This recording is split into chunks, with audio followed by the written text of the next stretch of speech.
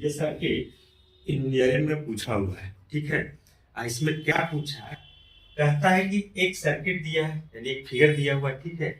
इस फिगर में रेजिस्टेंस भी दिखाया है और बैटरी भी दिखा रखा है और ईएमएफ भी दिखाया है और कैपेसिटर भी दिखाया है, ठीक है। तो हमसे क्या पूछा है, कहता है कि यहाँ यानी इसका वैल्यू पूछा है, इसका वैल्यू क्या हो, ठीक है, यानी I1 का वैल्यू क्या हो। सबसे पहले सर्किट को ध्यान से देखो, ठीक है। इसमें कैपेसिटर है लेकिन क्वेश्चन में कह रहा है स्टेडी स्टेट, ठीक है। तो इसका मतलब ये हो जाता है स्टेडी स्टेट का मतलब यहाँ पर जो करंट है ना वो जीरो है, ठीक है। इस कैपेसिटर में जो करंट है वो जीरो है, ठीक है।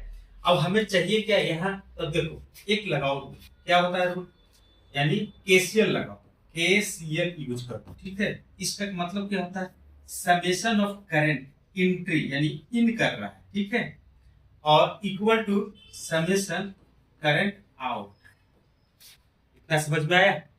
अब सोच लो इन कितना कर रहा है, तो देखो यहां से इन कर रहा है 1 एम्पियर, ठीक है, तो 1 एम्पियर हो गया। और यहां से देखो, यहां से किया तो यहां से भी एंट्री कर रहा है इस जंक्शन पॉइंट पे, ठीक है, यही तो है पूछा है। तो प्लस 2 एम्पियर, ठीक है, और आउट कौन हो रहा है, ये हो रहा है, तो क्या हो जाएगा I1, ठीक।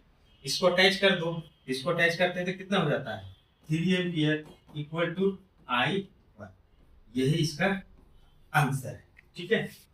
ऑप्शन पे आते हैं, फर्स्ट सेकंड थर्ड। बात समझ में आ गया।